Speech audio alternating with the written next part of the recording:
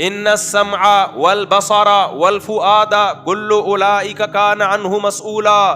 قرآن کہتے ہیں آنکھ کان اور دل کے بارے میں تم سے قیامت کے دن سوال ہوگا. جو لفظ زبان سے نکال رہے ہو نا بغیر تحقیق کے, ما یلفظ من قول الا لدیہ رقیب عتید, انسان ان الفاظ کا ذمہ دار ہے, ان الفاظ کے بارے میں آپ سے سوال ہوگا.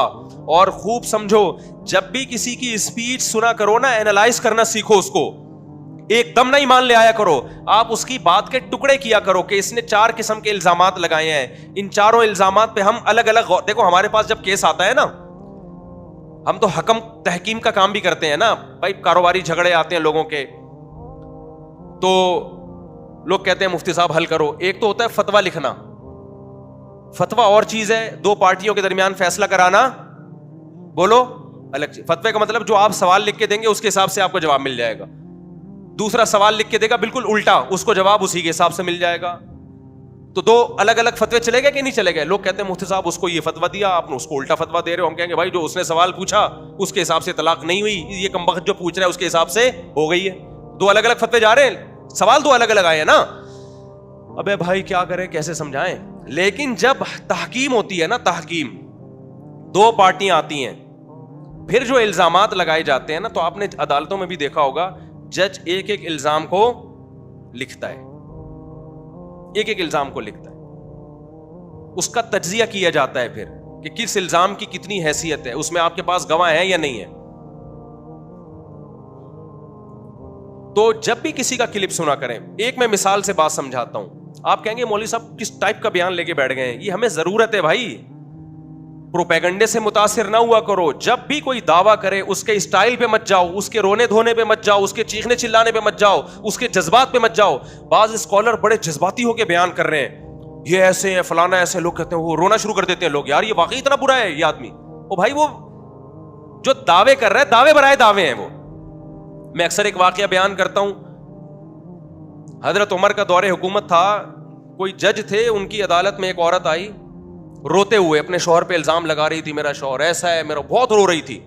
تو جو کمرہ عدالت میں لوگ بیٹھے ہوئے تھے انہوں نے جج سے کہا کہ جج صاحب یہ عورت بڑی مظلوم ہے, آپ اس کے حق میں فیصلہ کریں. تو انہوں نے کہا بھائی رونا مظلومیت کی دلیل نہیں ہے. جج تھے نا, ماہر تھے وہ, تو صبح شام بھگتتے رہتے. انہوں نے کہا اگر رونا مظلومیت کی دلیل ہوتا تو یوسف علیہ السلام کے بھائیوں نے کنویں میں یوسف علیہ السلام کو ڈالا اور خود الٹا روتے ہوئے آ رہے ہیں. رونا یوسف علیہ السلام کو چاہیے تھا, رو کون رہا ہے, بھائی رو رہے ہیں. وجاءوا اباہم عشاء یبکون, قرآن کہتے ہیں شام کو ابا کے پاس آئے روتے ہوئے, رو رہے ہیں ہائے ہمارے بھائی کو کیا ہو گیا, ہائے ہمارے بھائی کو کیا ہو گیا, حالانکہ جھوٹ بول رہے تھے. تو رونا دلیل محبت نہیں ہے, نہ آپ کے برحق ہونے کی دلیل ہے, نہ جذباتی ہونا آپ کے برحق ہونے کی دلیل ہے. تو ہماری قوم میں بڑا مسئلہ میجورٹی میں یہ ہے کہ وہ جذبات سے متاثر ہو رہے ہیں. جب بھی کوئی الزام لگایا کرے اس کو تجزیہ کیا کرو کہ یہ بول کیا رہا ہے. میں ایک مثال دیتا ہوں, چونکہ آج کل علماء کے خلاف بہت پروپیگنڈا ہو رہا ہے یوٹیوب پہ. ایک صاحب ہیں ملحد قسم کے ہیں, ویسے اپنے آپ کو مسلم کہتے ہیں وہ, انہوں نے بڑے بڑے سائنسدانوں کی تصویریں لگائیں, آئنسٹائن کی, نیوٹن کی, بڑا جو ہے نا, اور بیچ میں مولانا طارق جمیل صاحب کی, اور کہا کہ دیکھو ان لوگوں کی یہ ایجادات ہیں, یہ کام کیے اور یہ کام کیے, اور یہ حوروں کی ٹانگوں کی حسن اور جمال بیان کرتا ہے یہ آدمی. نیچے لوگوں نے کہا یار یہ دیکھو مولوی کسی کام کے. مولانا طارق صاحب نے بسا اوقات حوروں کے حسن پہ بیان کیا نا, کہہ رہے ہیں یہ دیکھو یہ ڈاکٹر ہے اتنا بڑا, انگریزوں کے ساری تصویریں نا, یہ آئنسٹائن ہے, یہ نیوٹن ہے, یہ اتنے بڑے بڑے سائنسدان جنہوں نے یہ کیا, اور ہنس بھی رہا ہے اور کہہ رہے ہیں یہ حوروں کے. تو ہماری قوم ان کو فالو کر رہی ہے, ان کو چھوڑا ہوا ہے. سمجھ میں آئی بات؟ تو لوگ کہہ رہے ہیں بات تو صحیح ہے, یہ بات صحیح نہیں, وہ آپ کو الو بنا رہا تھا اور آپ الو بن گئے ہو. اس کو چاہیے تھا اپنی تصویر لگاتا مولانا طارق جمیل صاحب کی جگہ, اور پھر کہتا آئنسٹائن یہ کر کے گیا, نیوٹن یہ کر کے گیا, اور میں یہاں بیٹھ کے وہ کر رہا ہوں جس کو کراچی میں ایک لفظ کہتے ہیں لیکن وہ ممبر پہ استعمال کرنا جائز نہیں ہے. سمجھ رہے ہیں؟ تو کون سا کوئی پازیٹیو کام کر رہا ہے؟ یہ بات کوئی سائنسدان کرتا ہے نا کہ میں یہ کر رہا ہوں, میں یہ کر رہا ہوں, اور مولانا طارق جمیل صاحب حوروں کے فضائل سنا کے لوگوں کو بیوقوف بنا رہے, معاذ اللہ ان کی رائے میں. تو نے کون سا تیر, تو کیا چارٹرڈ اکاؤنٹنٹ بن گیا ہے, یا کوئی تو لیب میں تو نے کوئی پانی سے چلنے والی کوئی گاڑی ایجاد کر لی ہے تو بھی تو کچھ بھی نہیں کر رہا. وہ حوروں کے فضائل بیان کر کے کم از کم زنا سے تو روک رہے ہیں نا لوگوں کو. تو آپ نے کیا تجزیہ کرنا ہے؟ ایسے فتنہ پرستوں سے ہوشیار رہیں, ان کو پروموٹ نہ کیا کریں. لوگ کہہ رہے ہیں, لوگوں نے ان سے پازیٹو کہا, واقعی یار یہ پروپیگنڈا ہے میڈیا کا. پہلی بات تو یہ کہ مولانا طارق جمیل صاحب کے 100 بیانات میں 2 بیان حوروں کے فضائل پر ہوں گے, 98 بیان حوروں کے فضائل پر نہیں ہے. 98 میں اخلاقیات سکھائی جا رہی ہیں جو اس یوٹیوبر کے پاس نہیں ہے, کہ کسی پہ طنز کیسے کیا جاتا ہے, کسی پہ اعتراض کیسے کیا جاتا ہے. ایک اخلاقیات کا شعبہ جو مولانا طارق جمیل صاحب نے شروع کیا تھا, جو مولویوں کا شعبہ ہے, وہ بھی آپ نے ختم کر دیا. اس سے سائنسدان تو پیدا نہیں ہوں گے, تھوڑی سی جو تمیز سوسائٹی میں باقی رہ گئی ہے وہ بھی مارکیٹ سے شارٹ ہو جائے گی. ہونا یہ چاہیے تھا کہ جب بھی کسی کا مقابلہ کسی سے کیا جاتا ہے تو جنس کا مقابلہ جنس سے کیا جاتا ہے. خوب سمجھ لو, جنس کا مقابلہ خلاف جنس سے کبھی نہیں کیا جاتا. مثال کے طور پر, یہ ڈاکٹر اس نے یہ میڈیسن ایجاد کی, یہ ڈاکٹر اس نے یہ میڈیسن ایجاد کی, اور یہ میکینک آج تک اس نے کوئی دوا ایجاد نہیں کی ہے. وہ میکینک کہے گا میرا مقابلہ میکینکوں سے کروا میرے بھائی, تو ڈاکٹروں سے مجھے کیوں بڑھوا رہا ہے؟ ابے کیا ہو گیا تمہیں؟ سمجھ میں آ رہی ہے بات کہ نہیں آ رہی ہے؟ تو مولانا طارق جمیل صاحب کا مقابلہ آپ کو نیوٹن آئنسٹائن سے کروانے کی ضرورت نہیں ہے. آپ مولانا طارق جمیل صاحب کی تصویر لگاتے اور ہندوؤں کے پنڈتوں کی تصویر لگواتے اور سکھوں کے جو بھی ان کے مذہبی رہنما ہوتے ہیں وہ لگاتے اور پادریوں کی تصویر لگاتے. پھر آپ کہتے ہیں یہ پادری یہ گائیڈ کر رہا ہے, یہ پنڈت یہ کہہ رہا ہے, اور مولانا طارق جمیل صاحب کا بیان سنو وہ کیا کہہ رہے ہیں. پھر ہم کہتے ہیں یہ جو آپ مقابلہ کر رہے ہو مذہبی لیڈروں کا, مذہبی, آپ مسلمانوں کے مذہبی لیڈر کو دیکھو, نہا دھو کے جمعے میں تیار ہو کے آتے ہیں, نہا دھو کے سفید کپڑے پگڑی, اور آپ ہندوؤں کے پنڈت کی تصویریں لگاؤ ساتھ میں, عیسائیوں کے پادریوں کی لگاؤ. خدا کی قسم جو گیٹ اپ علماء کا اور جو روحانیت اور چہرے پہ اطمینان ان کے نظر آئے گا, کسی کے مذہبی لیڈروں میں آپ کو وہ روحانیت نظر نہیں آئے گی. اور اگر آپ نے نیوٹن اور آئنسٹائن کا مقابلہ کروانا ہے تو اپنے یونیورسٹیوں کے پروفیسروں سے کرواؤ. لمس یونیورسٹی کے پروفیسر کی تصویر لگاؤ وہاں پہ, آپ کراچی یونیورسٹی کے پروفیسر کی تصویر لگاؤ وہاں پہ کہ یہ کیا کر رہے ہیں اور یہ کیا کر رہے ہیں. سارا نزلہ کس پہ اتارا جا رہا ہے؟ مولویوں پہ ٹھڑک پوری کی جا رہی ہے اپنی. مجھے ایک بتایا, وہاں اٹلی میں یا کہیں جرمنی میں کوئی پادری نے آنا تھا عیسائیوں کے, جس کے اٹلی میں ان کے پوپ آتے ہیں نا وہاں پہ. اب وہ عیسائی لوگ انتظار میں کھڑے ہوئے کہ ہمارے پوپ آئیں گے. ہمارے یہاں سے ایک عالم گئے, میں نام نہیں لینا چاہتا ہوں عالم کا, وہ شاید ناراض ہو جائیں. ان کا اتنا خوبصورت چہرہ, اتنی بڑی داڑھی ان کی, بڑے چہرے پہ ایک رونق. جب وہ اترے ہیں نا تو وہیں کے لوگوں نے مجھے بتایا اٹلی میں کہ عیسائی ان کو دیکھ کے حیران ہو گئے کہ یار یہ مسلمانوں کے مذہبی رہنما ہیں. یعنی وہ اپنے پادری کو چھوڑ کر کس کی طرف مائل ہو رہے ہیں؟ جو مسلمانوں کے مذہبی رہنما ہیں ان کی طرف مائل ہو رہے ہیں. تو پروپیگنڈا دیکھو کس طرح سے ہو رہا ہے. میں پھر بار بار کہتا ہوں, مجھے ان لوگوں پہ اعتراض نہیں ہوتا جو ایسے کلپ بناتے ہیں تو پیڈ ہوتے ہیں, ان کے تو اپنے مفاد ہوتے ہیں. اعتراض آپ لوگوں پر ہوتا ہے بھائی جو ان کے پروپیگنڈے سے متاثر ہو جاتے ہیں. سمجھتے ہو کہ نہیں سمجھتے ہو؟ آپ یہ کہہ سکتے ہو کہ پھر ان مولویوں کی ہمیں ضرورت کیا ہے, جب نہ انہوں نے بلب ایجاد کیا, نہ یہ گاڑی ایجاد کر سکتے ہیں, نہ گاڑی کا پنچر لگا سکتے ہیں, یہ حوروں کے فضائل کے علاوہ کچھ بھی نہیں سنا سکتے, تو ان کی ہمیں ضرورت کیا ہے؟ مقابلہ نہ کرو آپ یہ اعتراض کر سکتے ہو. تو بھائی جو آخرت پر ایمان رکھے گا اس کو مولوی کی ضرورت ہوگی, جو آخرت پر ایمان نہیں رکھتا اس کو مولوی کی کوئی ضرورت نہیں ہے. اس کے لیے تو مولوی سے زیادہ بیکار طبقہ واقعی دنیا میں کوئی نہیں ہے. کیونکہ اگر آپ یہ اس نظریے کے قائل ہو کہ ہم نے مر کے مٹی ہو کے ختم ہو جانا ہے, تو پھر آپ واقعی میں کہتا ہوں مولوی سے بیکار طبقہ دنیا میں کوئی بھی نہیں ہے. پھر تو ضرورت ہی نہیں ہے, پھر تو قرآن کی بھی ضرورت نہیں, پھر تو پیغمبروں کی بھی ضرورت نہیں, پھر تو اسلام کی بھی ضرورت نہیں ہے. پھر تو یہ دنیاوی اور مادی ترقی ہی سب کچھ ہے. لیکن قرآن پکار کے کہہ رہا ہے وما بلغوا معشار ما آتیناہم, اس ترقی سے متاثر مت ہونا. پچھلی امتوں کو جو ہم نے تباہ کیا ہے اسی سائنسی ترقی پہ انہوں نے ناز کرنا شروع کر دیا اور پیغمبروں کی دعوتوں کو ٹھکرانا شروع کر دیا. پیغمبر نے کہا زنا حرام, انہوں نے کہا ہم سائنسی ترقی کو فوکس کریں گے, زنا کرنا نہ کرنا یہ مذہب کا ٹاپک ہے, یہ ہمارا ٹاپک, یہ ہمارا ہیڈ ایک نہیں ہے. یہ لوگ جو مولویوں کی مخالفت کر رہے ہیں نا صرف ایک حور کو لے کے,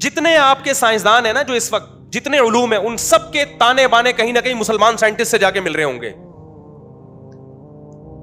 تو اگر اسلام ترقی میں رکاوٹ ہوتا ہے یا مولوی ترقی میں رکاوٹ ہوتا تو بنیادیں کیوں رکھی ہوتی ہیں اسلام نے سائنس کی؟ ایک چیز خیر کی تھی, آپ نے سائنس کا لیبل لگا کے اس خیر کو بھی سوسائٹی سے ختم کر دی. ہمارے ہاں میں ایک مثال دیتا ہوں, ہمارے ہاں جو تھوڑی بہت خیر ہے نا میرے بھائی, تھوڑی سی خیر, جو تھوڑی کرپشن کم ہے, بہت زیادہ ہے لیکن اور زیادہ ہوتی اگر یہ مدارس اور یہ مسجدیں نہ ہوتی, کیونکہ تھوڑا بہت حوروں کی لالچ میں ہو سکتا ہے کرپشن چھوڑ دے وہ. اگر یہ دینی مدارس اور مسجدیں نہ ہوتی جہاں کوئی خیر کی باتیں ہو رہی ہیں, تو خدا کی قسم آپ کے قانون میں اور آپ کے حکمرانوں کے پاس اتنی پاور نہیں ہے کہ وہ قوم کو سنبھال لیتے. انہوں نے, وہ خود اتنے کرپٹ ہیں, وہ تمہیں کرپشن کے خلاف بیان دیتے کیا؟